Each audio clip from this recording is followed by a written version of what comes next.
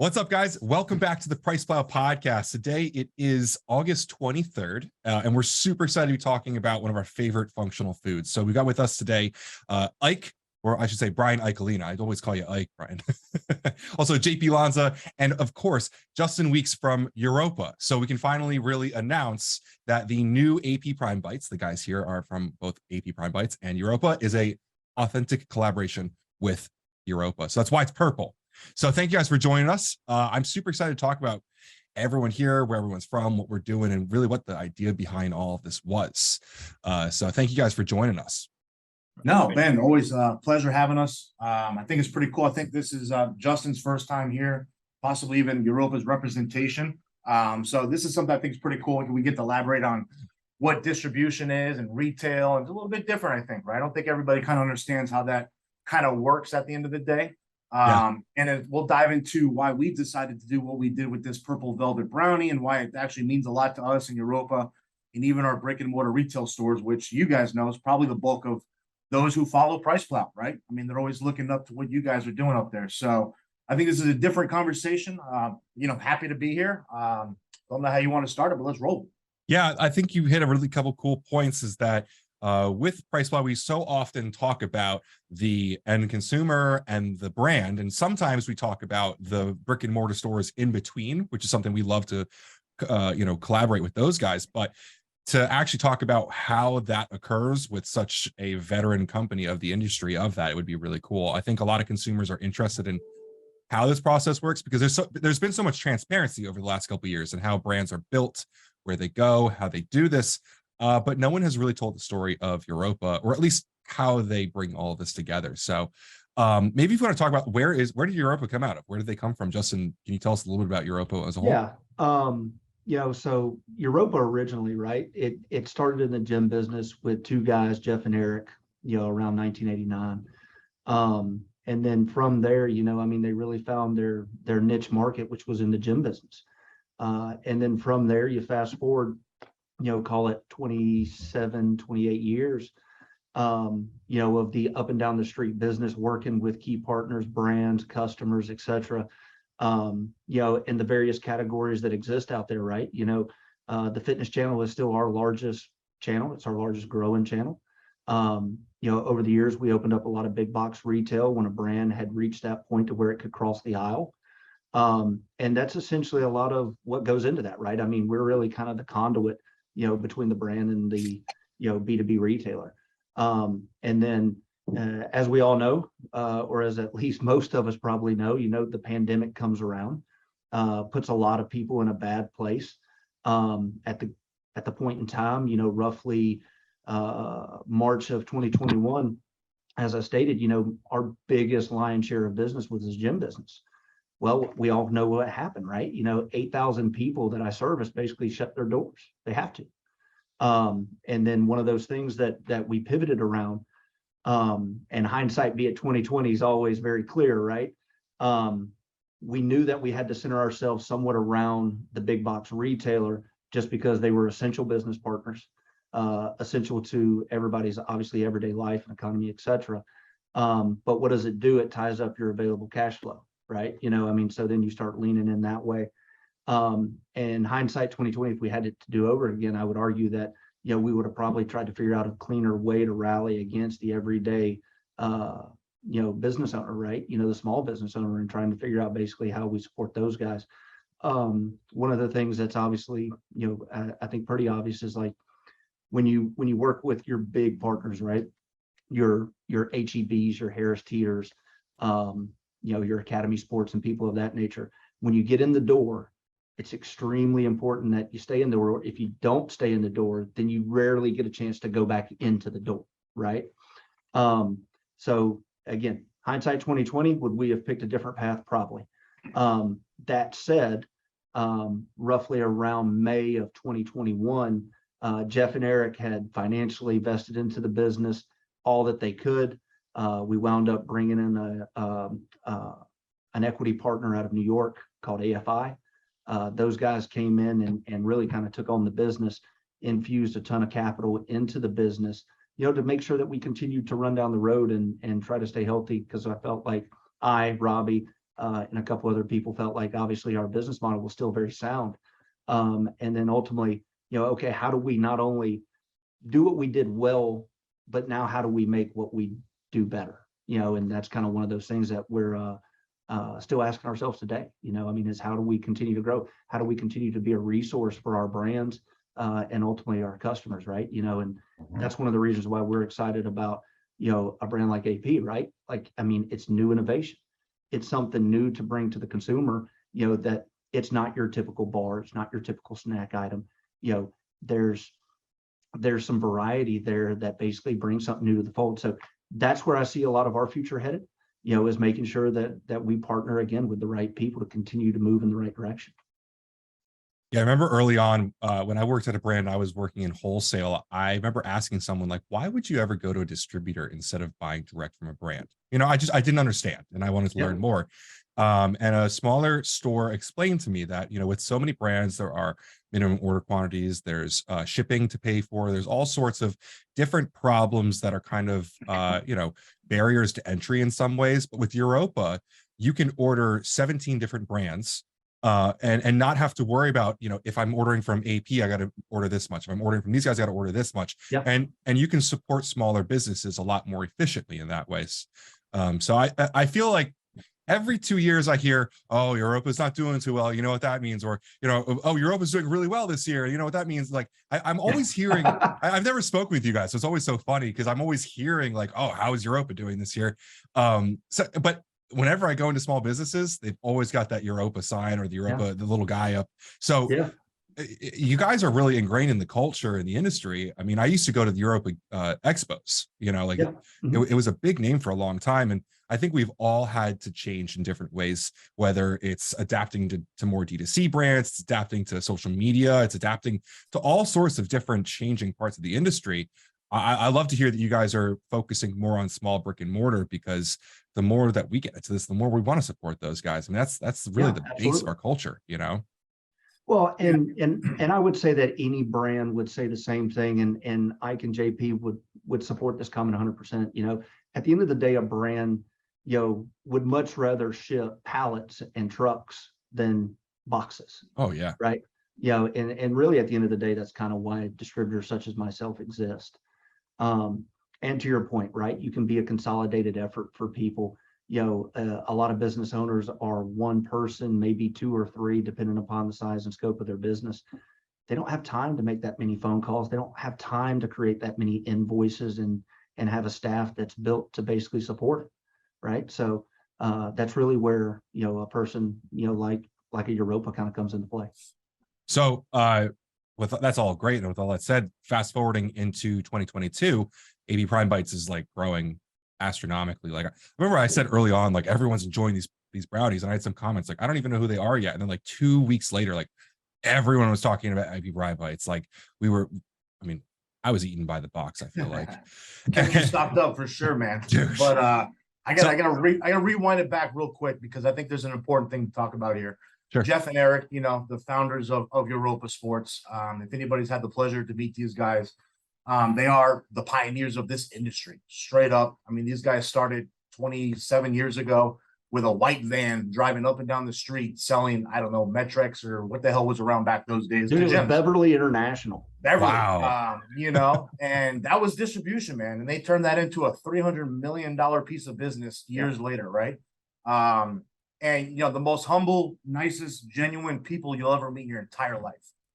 So shout out to those guys and what they created. Obviously, there's been other distributors who've grown since then. And like, we all said, times have changed, man. I mean, I got in this industry, me and JP actually started pretty much the same time in 2007. And we've known Justin for at least 10, 15 years. I don't know, a while over there as well. And just seeing how everything has changed.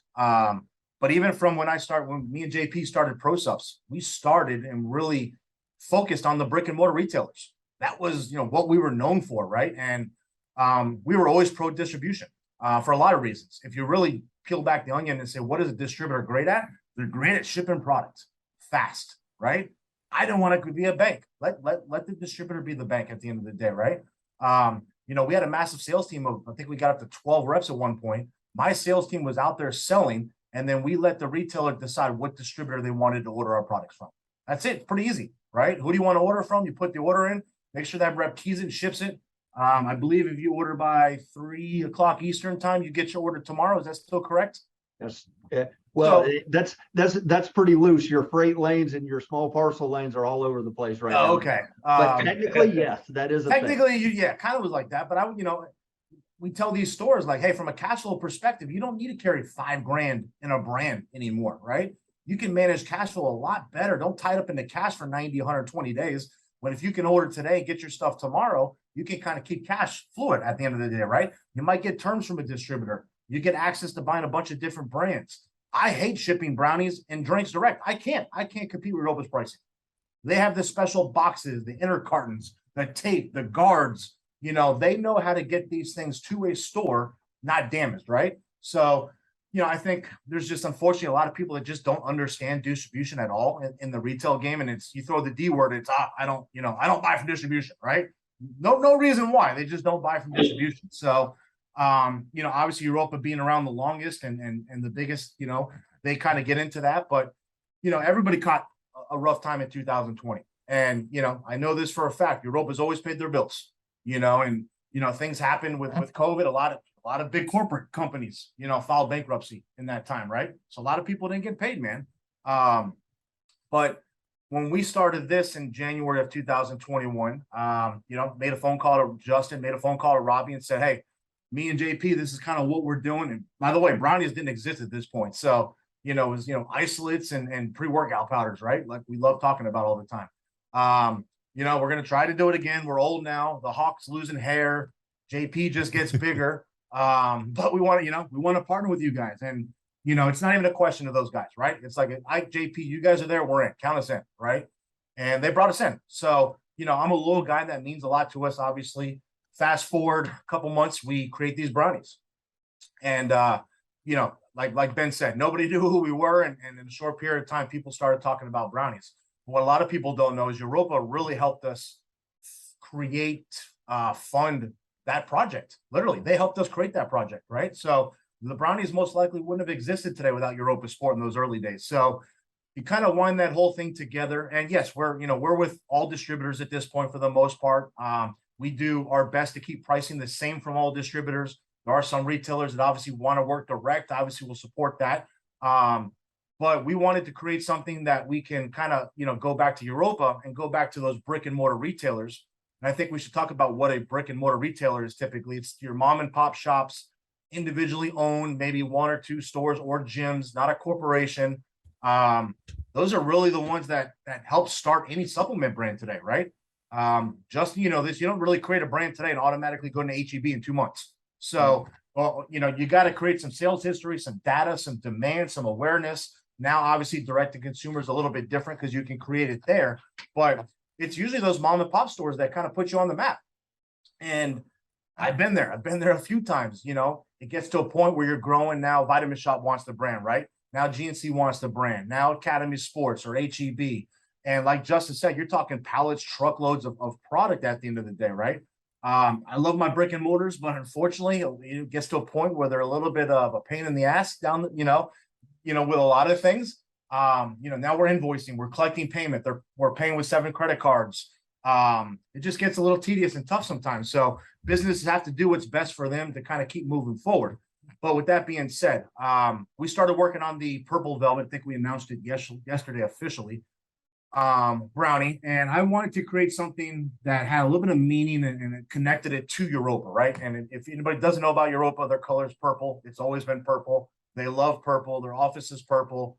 If Justin had hair, it'd be purple. So we started working on a purple brownie. And we kind of nailed it out of the park in terms of the coloring, right?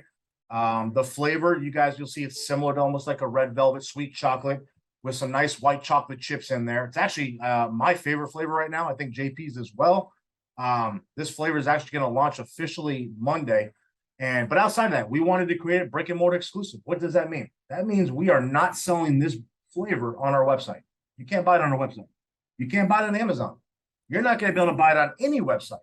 So if you want this flavor, you're a consumer, you're technically going to have to go to a store or gym that buys from Europa Sports to get this flavor. So, Vitamin Shop is a great partner for us. They're huge for us at the end of the day. They've really helped us expand these Prime Bites. But to these brick and mortar retailers, this is something that Vitamin Shop will not have, right? This is something they can kind of stand by. They don't need to compete online. And it's also for the Europa reps, the 30, 40 guys and girls in there that help push our brand and create this brand to where we are today. It's something they can go and say, hey, you can't get this at any other distributor, right? So in a nutshell, that's kind of the program. I don't know what your guys' thoughts are on that, but I don't know if anything like that's been done. I know, NutraBio's done some cool things with brick and mortar exclusive series and stuff like that. I think unfortunately for a lot of brands, they spend a lot of time and money in creating these type of products or series, and they just don't get the return that they expect, unfortunately. But I think with this Brownie, it's going to be different. I think one of the downfalls of like brick and mortar only brands is when like you announce it to consumers, and then it's direct. There's not a lot of buy-in from consumers because most consumers can't really appreciate what the industry holds in terms of the amount of brick and mortars there are out there and what you're doing for them when you do that.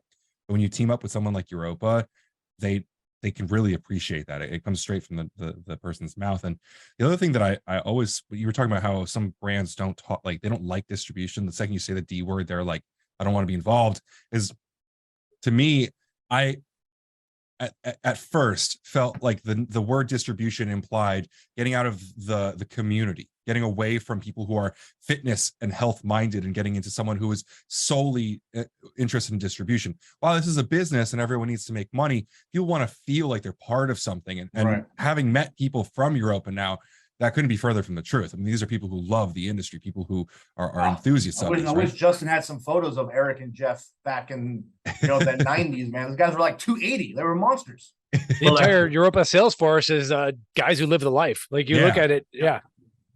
Well, like you said before too, they had their own show, right? They used to put on their own show, so they're part of that fitness community. And those were great shows. I mean, the Europa shows, probably outside of Arnold, Olympia, and maybe a few New York Pro, those were the biggest shows for IFBB. Yeah. We love hiring consumers of the industry. I mean, those wind up being your best people to speak on the phone to retailers when it comes down to looking at what they should carry. I mean, it's one of those things like, I mean, you can invest a lot of money and go and hire, potentially even more qualified salespeople who, again, can follow a sales funnel all the way down to the point, where you purchase. We like hiring people that want to speak to the industry, that can relate to, being 19, 20, 21, 22 years old, right? And growing up living in the gym or being an athlete. I mean, those are all the people that we've always found best that speak to what we're trying to do.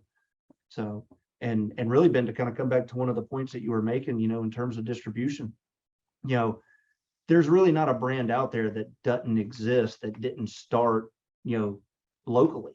I mean, I can't think of one. I mean, maybe you guys can, but at some point, a brand wants to expand what they're doing, especially if they're doing it right. And unless they're going to invest a ton of money into an infrastructure to be able to do that, it's tough, especially if you're looking to support a B2B model. Now anybody can go to an Amazon, right, and put a product up there and, great, hopefully the testimonials around it will move it.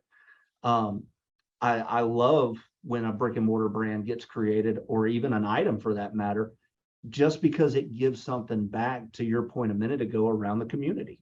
I mean, foot traffic still is the lifeblood of any small business.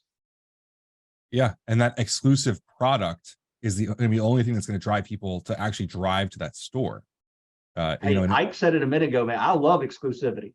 I need 10 more flavors, bro. Yeah. So my question. Go ahead, Mike. I have a question. So, anyone listening to this, how did the process go? Are your sales guys getting it out into the stores now? Are you waiting for stores to request this? If a user wants to get this purple velvet brownie right now, can they expect it to be at most retailers, or are they going to have to like bug the owner? Like, what's the process? No, great question. So we're actually going live, meaning retailers can officially purchase this flavor from Europa next week, Monday. I think that's the 29th, if I'm not mistaken. Yep. So, product is in their warehouse. We're doing a little bit of marketing right now, social stuff to kind of build a little bit of hype. We've sent some samples out to Europa's top 150 stores and gyms. They got to try it. We've been obviously putting it out there on social media. Come Monday, the light goes green and the reps are going to get on the phones and start selling this thing. So, obviously customers of Europa already will be buying. Our hopes is there's some customers that maybe haven't come back to Europa or don't buy from Europa, go to Europa to buy this flavor too, right? Brings in some new business there. Justin, I don't know if you want to piggyback on that. No, I'd say the same thing, right? We'll launch There could be a store, somewhere out there that, maybe they opened a year ago and they just don't know what a distributor is, right? Consumer walks in and says, hey, I want to try this AP purple velvet flavor. They kind of don't know. Yeah, they might have to call Europa and request it, set up an account to get set up, right? I'm sure there are stores and gyms out there that maybe just don't know that process. So if you are watching this or listening, it's pretty easy. Just you could talk about, who to email or what to call to get an account set up and what the process is. I already got a couple of stores, Justin, that don't order from you that are going to hit you up for those. So just so you that a baby. At some point, JP's going on payroll. Yeah. Okay. You can reach out to essentially, we've got an online presence there, europasports.com. All contact information to reaching out is obviously there. One of the things that it would be great, and I know that Ike spoke to this for years as well as JP, like if you're in the retail business, right, whether you're a gym or an independent sports nutrition store, being able to understand innovation and not just stay in a specific bucket, only helps bring that many more people through your door, right? When I go to the doctor, I don't ask for the antibiotic of 20 years ago, right? I want the new stuff. That's JP goes there a lot, but JP doesn't take antibiotics if you can't tell. That's true. Well, it's one of those things where, depending upon the retailer mindset, you might have some people who only do a little bit of this or only do a little bit of that. The most successful people in the game, really basically have, a good pulse on innovation. They have some legacy. They have, varieties of different categories of things, because at the end of the day, no different than a distributor. If I was running a business, I want something there for really kind of anybody who walks through the door for as much as I can. Now, you can go too far into the fringe, right? And you kind of wind up honestly diluting your position there. But when you see so much hype around so many good items, it's like, well, get on board. Right. At the end of the day, it's really about that person walking through your door and what it is that, again, these guys specifically are great at social. What are they pushing out there, and how are they then basically resonating that back to the end consumer to walk through the door and find a product? Yeah, I think those are the times that make our job really easy. No, valid points. And I think with a lot of these legacy brick and mortar retailers, there's still some of them out there, right? I think sometimes they kind of get in their own way, right? They don't want to adapt, or they don't want to support a brand because the brand has direct to consumer sales, right? And straight up 10 years ago, we didn't sell online at Pro Subs, right? Because it was bad, right? If a store saw you selling online, they kind of ridiculed you back then, right? But today, it's normal. It happens, right? If anything, that's awareness that's built from that D2C strategy, which is eyeballs, and that eventually drives people into the stores looking for those brands and products, whether it's influencer driven or strong on social. There's brands right now that are doing a good job with this type of stuff. But there's some stores that won't bring in those brands because, what they do online. To me, those are the stores that probably won't make it, right? They're not adapting to what it is today, right? The shift of dry goods, pre-workouts, weight loss pills and stuff like that to functional foods and carbonated beverages, right? It's probably 60-70% of Europa's business today, which probably means it's almost 60-70% of the retailer's business today, right? Any of us can go look in Vitamin Shop and see what they've done the last 2 years. Shout outs to those guys, Nicoletta, everybody. Like, to me, Vitamin Shop has put themselves on the map. They have the coolest, latest and greatest energy drinks and functional foods that come out as soon as they come out, right? That's what people go there. What new drinks do you have right now? What new protein snacks? And it's driving new foot traffic into those places. But they're being very nimble and they're pivoting really quickly to stay on these type of brands. Which Europa, I think, is doing a good job with this. And the retailers, the brick and mortars, that are successful right now are doing a good job at this, guys I could think of off the top, Steven Natural Body, right? Probably drives all of us crazy. Sorry, Steve. But he's he's on it, right? Nutrition Factory or Rocks down in South Texas. I mean, guys that are on it, bringing in the new brands that consumers are looking for. Yeah, I think what you said about people who are stuck in their ways that won't order brands that are direct to consumer. I think anyone who gets stuck in their head saying, I won't do literally anything in this industry, like if they have that hard of a block on anything that's changing, that's going to be a long-term downfall of theirs. Being open to change, like you're saying, Vitamin Shop, they have at least 2 refrigerators in every single location they have right now, and that's why they're massive fridges. Yeah, there's no Vitamin Shop that doesn't have a fridge right now. And I think that's huge because everyone wants energy cans. They're $3 a pop, but kids want energy drinks. So being able to be nimble and move with it. I remember the last time, I was talking about Vitamin Shop too much, but last time I was at their product education conference, they were addressing the concerns that they were not nimble enough. They had like 3 resets a year, and that's not enough when you have brands dropping. I mean, Justin, how many times a year are you bringing on new products? Like, it seems like every day there's a new SKU out, right? It could honestly average anywhere from 7 to 10 brands a month. Yeah. I mean, it could. So you have to be nimble because you have brands that are creating actual demand on their own. And that is what drives foot traffic on its own. I think that social presence that AP has, you have brands that are like literally driving hundreds of thousands of views that could be people in store. You can't be egotistical enough to believe that your local brick and mortar shop will generate enough foot traffic on its own without these brands and their awareness online. So anytime that you guys can partner like you guys are right here, I think that drives a lot of awareness through an unaware channel, and most consumers are not going to know who Europa is. And I'm super excited to be doing this podcast because we can change that.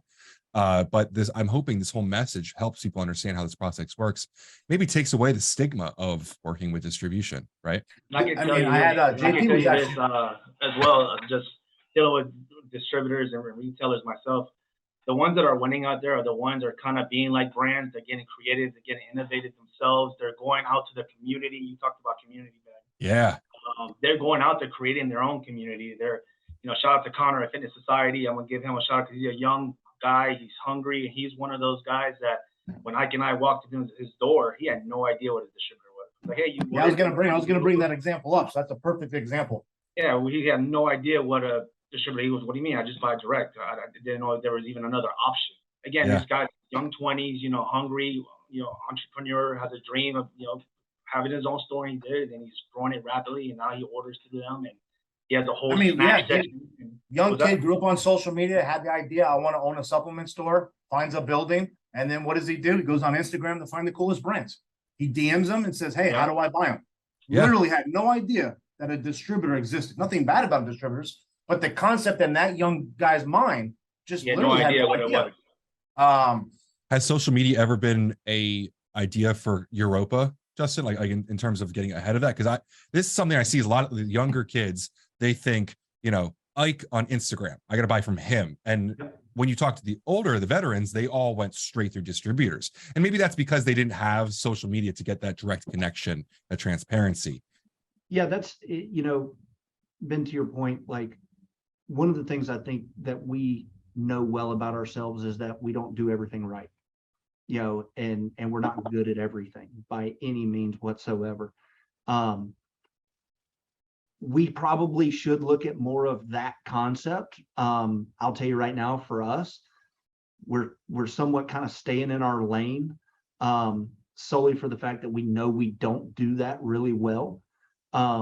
There's things that we should be doing better that we once did really well. Again, whether that's time and service, whether that's truck routes, all these other things, right? As we rebuild the company, we rely extremely heavily on what the brand does socially, and then how we're able to somewhat piggyback that through our own marketing department. Can we do reposts? Can we basically get those guys to lean in with us? And again, in a situation even like this, it feels it's so kind how they're able to bring us into the mix in those situations. It feels a lot to me like Europa is a very advanced, like third-party logistics, right? Because we're talking about how you can't expect companies to scale to a point where they're supporting thousands of brick and mortars but also be able to have the workforce to ship efficiently to all these places in the ways that, you know, these people expect when things are Think showing about up. that, Okay. Justin. How many warehouses does Europa have? How many orders happen in a day, week, month? I mean, talk about those numbers, because it's pretty impressive. So it's God, that, you know, we could be here the rest of the day on this one. You know, and there are definitely days where, you know, somebody's grabbing me by the back of the collar to keep me from leaping over the cliff. But, you know, I tell people a lot of time, guys, where Europa is in terms of sports nutrition distribution, I would say our infrastructure is really kind of second to none. We're not the Amazons of the world, right? You know, where it's all automated and everything's perfect. We rely heavily on bodies. We've got 4 DCs pretty much from Florida to Vegas. We're able to service roughly 92% of the country next day to second day. And then, of course, obviously what comes into play there right now is because of all your shipping lanes, whether it's even FedEx, UPS, or your major freight carriers. That stuff bounces so much today because of the lack of supply chain, the lack of people basically behind the trucks, the lack of people at sort centers. Those are all things that basically go into a service point for somebody, right? 3 years ago, I would say, honestly, I would have no problem saying, and honestly, most people are getting their products either next day or second day, regardless of where they're at. And arguably today, you look at it, and it could be anywhere from 2 days, 3 days, and depending upon the LTL carrier, arguably 4. It just really depends how many bodies have to touch that thing before it actually gets to the endpoint destination. What a lot of people don't know is because there's such a major freight shortage out there on just drivers, a lot of your major carriers are leapfrogging orders. So what that means is basically I may ship something, for example, through XPO. XPO will take it a certain point, and then they'll backfill it with a local carrier that then potentially has 2 additional days to make a delivery. Well, right. If I'm the end consumer there, right, or the end retailer, you know, I'm expecting my goods to be here within 24 or 48 hours. Well, now it could be 4 or 5 days. It right. Just really kind of depends. And it's one of the everyday headaches. Now, we move a lot of freight and we move a ton of small parcel. So we consistently have meetings with FedEx and most of your major carriers literally on a weekly basis, you know, because again, we're pushing back as hard as we possibly can. Now, at the end of the day, a Europa to FedEx drop in the bucket, gets lost in the ocean, right? But to that rep for FedEx, we're substantial. So, you know, you can push and push and push and push, you know, and at which point basically you start to chip away. We'll wind up getting a couple added services such as, you know, a Saturday delivery, you know, or a Saturday, they call it actually Saturday to home delivery, even home being basically what that retail destination is. So we're trying to basically wrap up as many things as we possibly can as the added benefit to getting something to somebody, because everybody's impatient as possible, right? You know, I mean, Amazon taught us that 7-8 years ago. Yeah. You know, but now if you look at Amazon, even those guys, they're not even next day all the time. Yeah, even those guys are having to push 2 and 3 day service points, and sometimes obviously more dependent upon whether it's vendor or central sellers. So Justin, Europa is not necessarily having a headcount issue or labor issues, but you're saying like FedEx, all the delivery services downstream are. Do they give you any reasons why? Or like, so Mike, I would say I have I even face a major headcount issue. Okay. 100%. Absolutely. Gotcha. You know, it just whether, I mean, people still don't want to work. I mean, yeah, man, you guys have seen it. I deal with freight companies. Sometimes they don't have a driver to pick up the order. You know, like a driver quit yesterday. I got to find somebody else. Mm-hmm. You know, probably Justin, whether it's the warehouse or things like that. Yeah. It's tough to find people still. Kind of blows my mind. I don't know what people are doing right now. That's kind of what I'm asking. I don't want to go far down that rabbit hole, but like you are different. You know, we deal with a lot with brands and marketing and ingredients and stuff. So you're really feet on the street. So I'm kind of curious, like, yeah, what you're feeling out there. Yeah, it's across the board. I mean, depending upon the DC on any given week, you know, we may bring in 10 or 15 different temps, right? You know, and it's not automated warehouse technology, right? You know, so I mean, at the end of the day, it is work. So you may based upon your volume for that given day or potentially even that week, you may bring in 10, 15 temps. I'm going to say half of them probably quit by lunch, and a third of them probably don't show up the next day, right? So that basically delays obviously the process of getting everything done. Now, I commend the back of our warehouse team, because again, they're willing to put in the time. I mean, there's nights where those guys won't leave here till 11, 12 o'clock at night. I mean, so I would argue that these guys would say the same thing about their warehouses, right? Like, I mean, again, sometimes you just got to go, and it doesn't matter what your title is. At the end of the day, it's about the customer. So, the entire sales team that I have here, they've been out there picking orders, just to make sure that those things get out the door. Now, 20 years ago, that's what they had to do. That's what Europa, did before obviously some of these things kind of fell in place.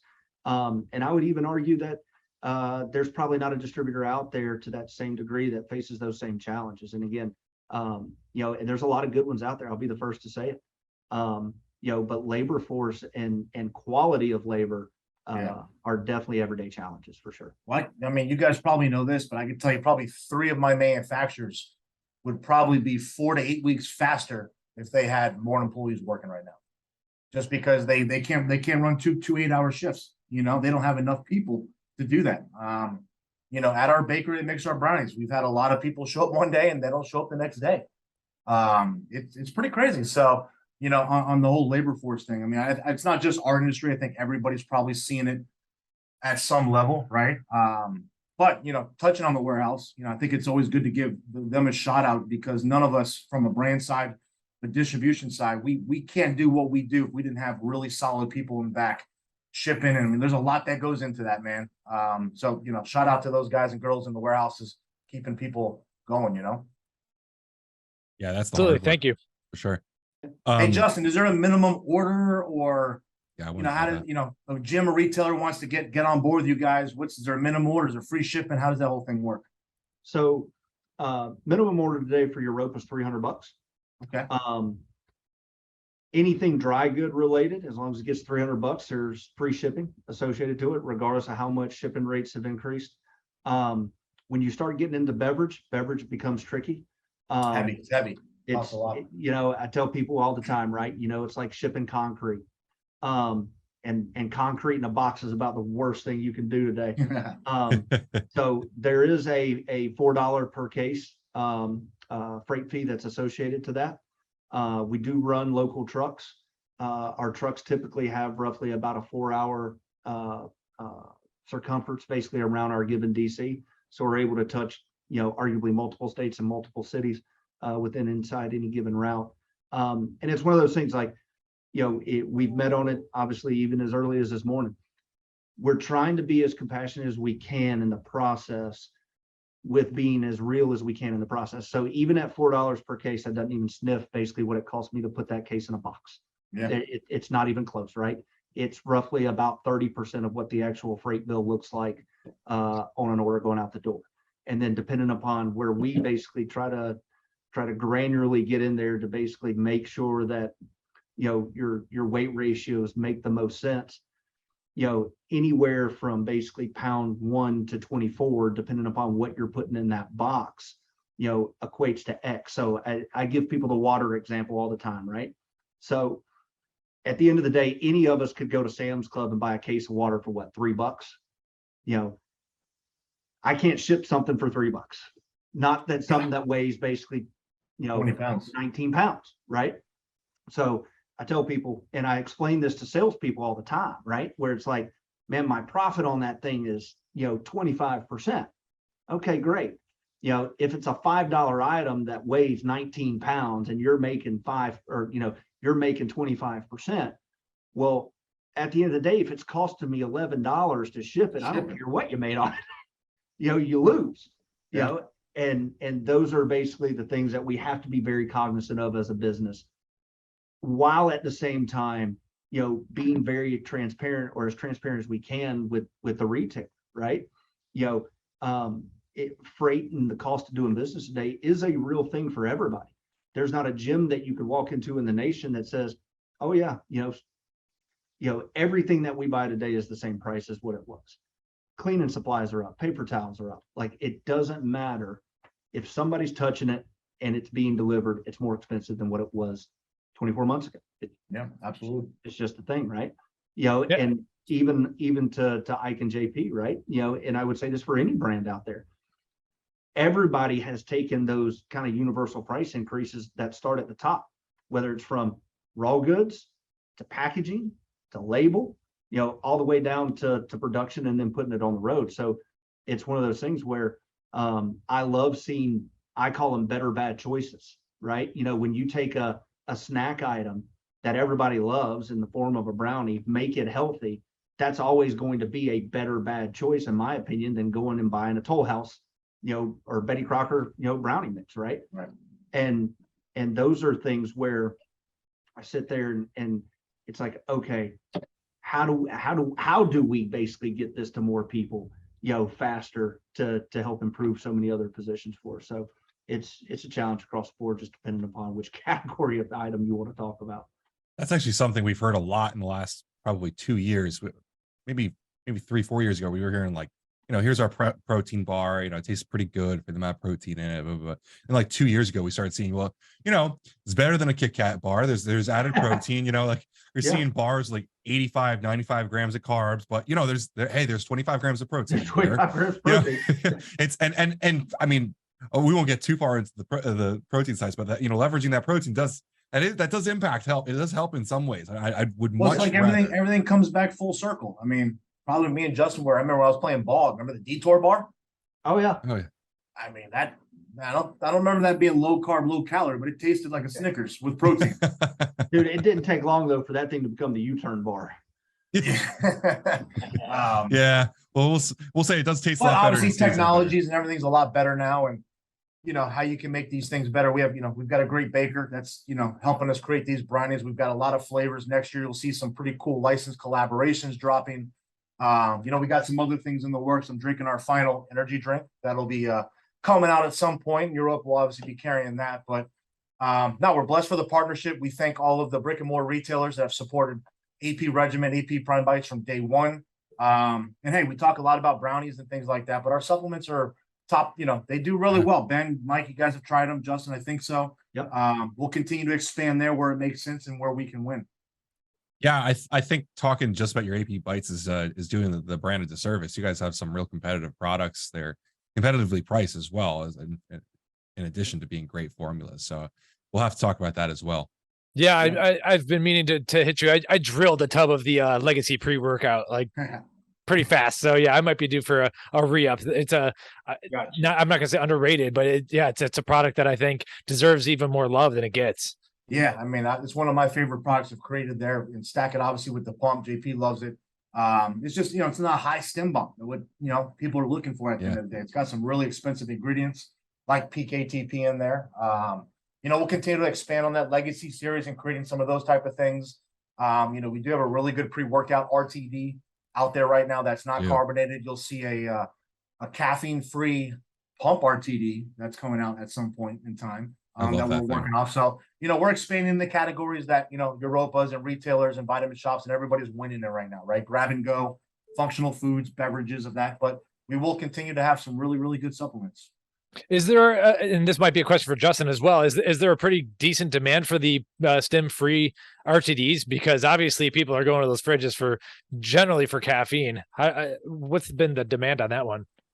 I mean, caffeine, caffeine at the end of the day is always going to win for the general public, right? I think it's one of those things that it's a product that not everybody's a vegan, but you have a lot of vegans.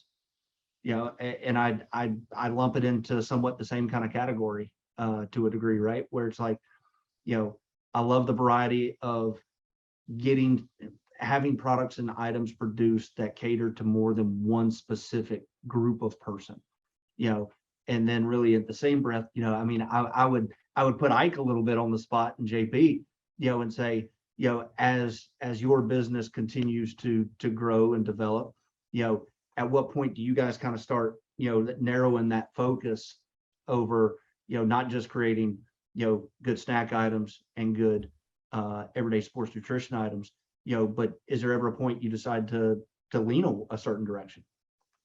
Yeah, for sure. I mean, we've kind of pivoted. I'd say 6 months ago, I rallied the troops here and said, guys and girls, brownies are our ticket right now, right? It's so unique. The category's winning. We really got to focus resources, time, money, energy, innovation on brownies, right? And off the top of my head, I don't know. I don't think some of you might even know, but we do have a seasonal pumpkin spice that's going to go live in about 2 weeks.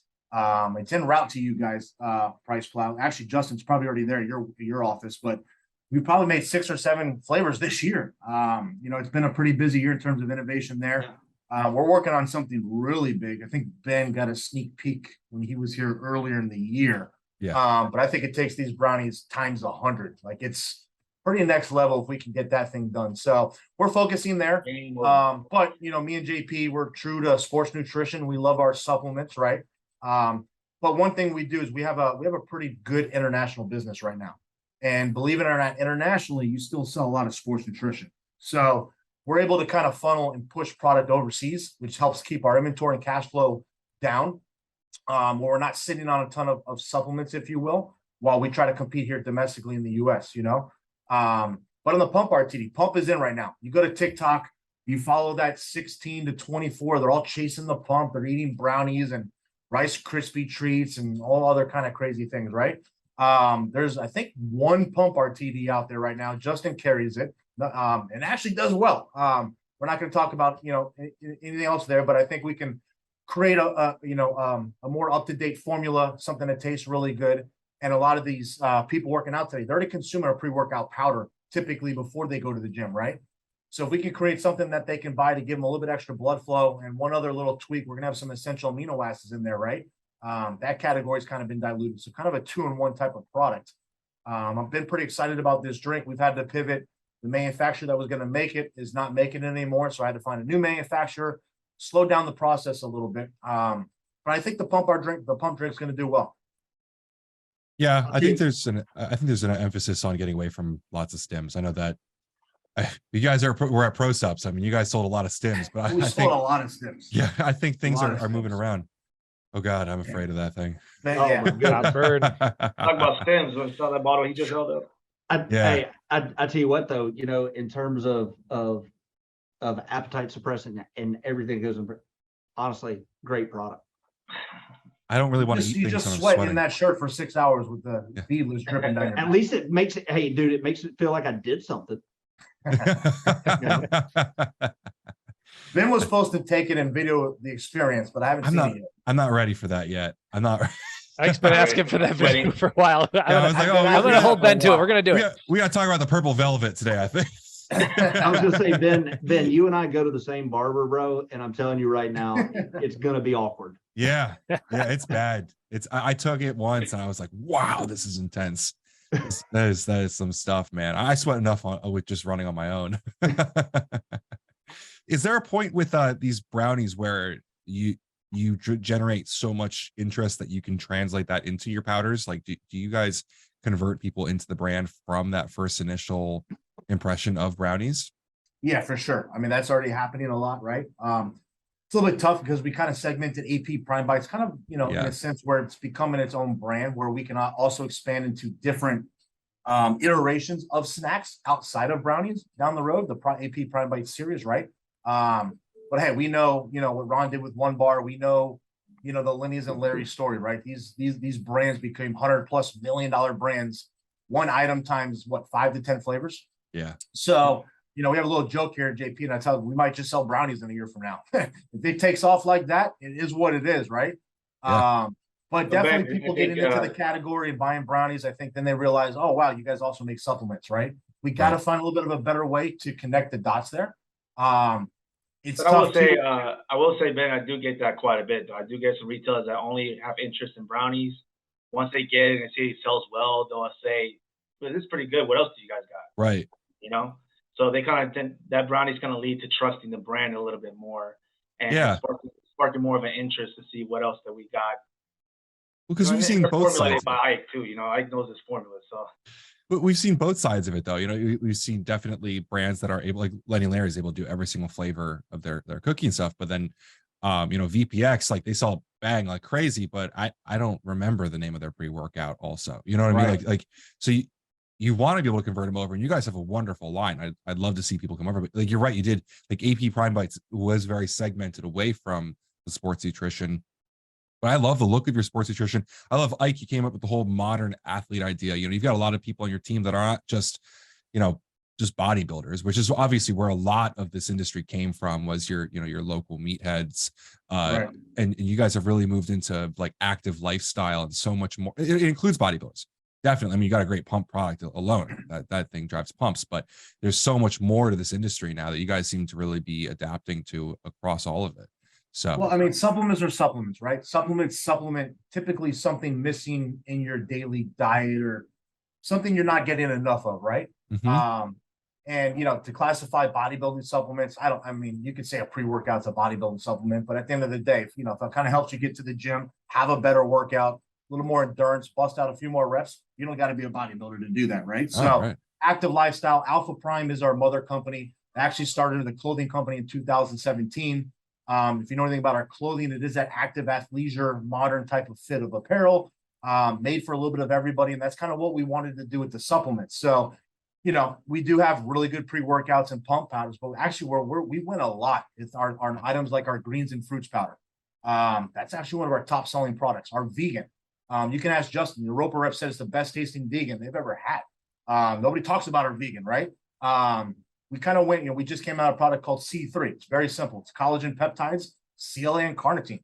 It's probably, ask JP, probably one of the best products I've ever had, taste wise. The thing is Ridiculous. phenomenal. So things like that are really winning for us. Our L-carnitine sells really well. That's where we find we can win. I mean, the pre-workout pump weight categories are just really saturated, right? Right now, those categories are really driven by influencers, right? And things of that nature, where it's definitely not formulation built, right? It's more just influencer built and hype and media, which is fine. You know, there's nothing wrong with that. We don't have that type of influencer strategy currently. So I try to find ways where we can win, and it's in these categories I feel like brands don't really focus on, and we can innovate and make better.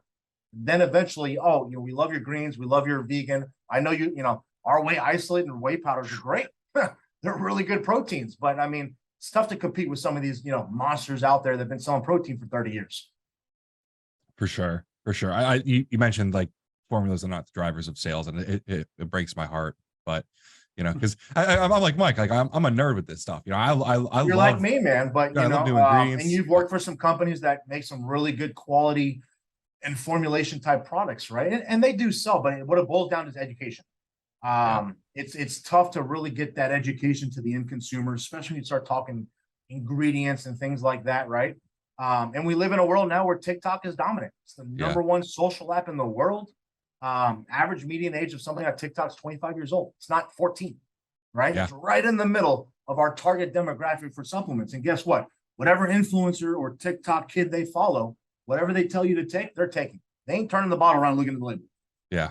It's almost like we got a little bit backwards now, to be honest with you. Yeah. Because some of these influencers literally have no idea about these products, but they're so influential that it doesn't matter. I battle them every day for you guys. Don't worry. Don't worry. I'm in those We will comments. teach them.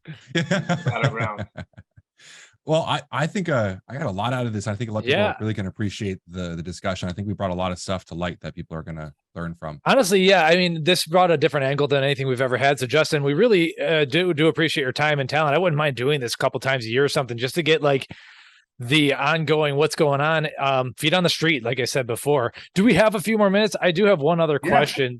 So earlier on, Justin, you're kind of talking about hindsight being 2020 with 2020. I mean, is there really anything that you could have done that much differently? Like, it just seems like everyone was faced with just bad choices in general. I don't really see like what could have been done any better personally, but that's kind of what I'm asking. You know, it's a great question, Mike, you know, and, you know, I could say that, you know, did we rally behind the wrong customer base? Possibly. You know, should we have circled the wagons earlier? Possibly. You know, it should, hell, you could have even said, you know, I mean, when you look at some of the biggest chains out there, and I, you know, kind of alluded to it a little bit, you had some of the biggest faces in the industry, you know, really basically take a nosedive. I mean, a lot of people filed Chapter 11, right? You know, I mean, you can go down the list. Gold's went through an organization restructure, you know, 24. you know, 24-hour fitness, you know, I mean, UFit, like, I mean, and these are all personal friends, right? You know, and then on the other side, like being a distributor at that point in time, like you're the rock in the hard place, you know, because at the end of the day, the brands need to be paid for producing items. You have to be paid from the customer, you know, and when you're going through the middle of kind of all that, you're really trying to find what path is the right path to go. And it's very important that I say this as well. You know, we coming through what we went through, there's no doubt, no different than, you know, Europa got burned by a bunch of customers out there. There's a lot of brands that took a hit from us, without doubt. You know, I mean, that's, you know, I'm not scared to say that, because I also know everything that Jeff and Eric did, you know, for as long as they could, not to be the company that filed, right? You know, and I'm talking millions of personal dollars, you know, that went back into the business to try to get across basically the lane. You know, if you could have sat there with the crystal ball and said, look, this thing's going to last 18 months. Okay, well, I can create a plan for 18 months. It's hard to create a plan of the unknown when you don't know when the core person of who you're servicing is ever going to come back online.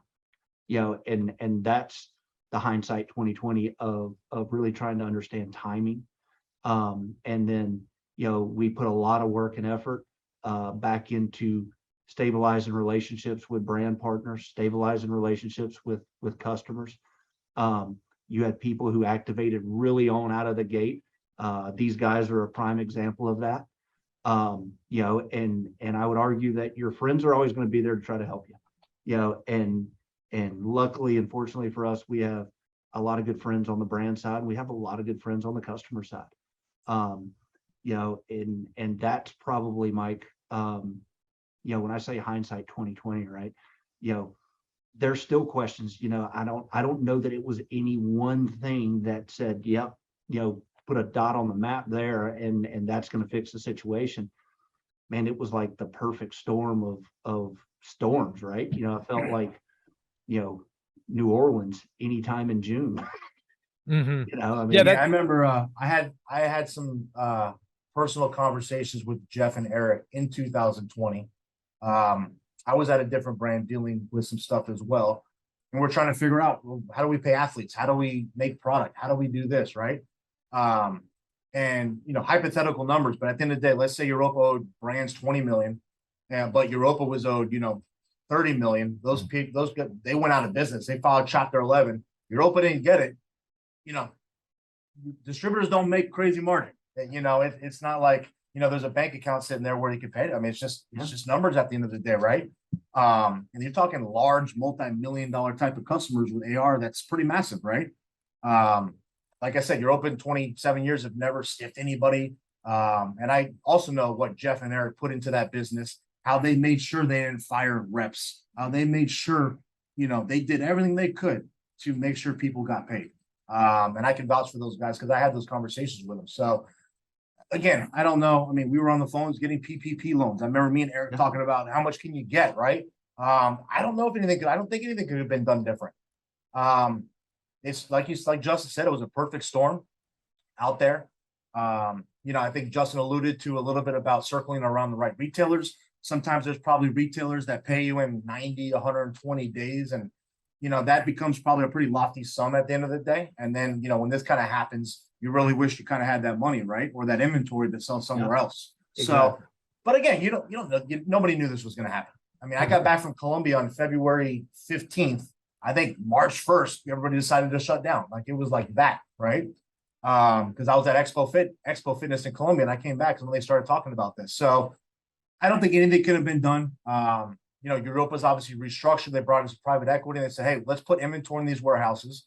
we'll start selling.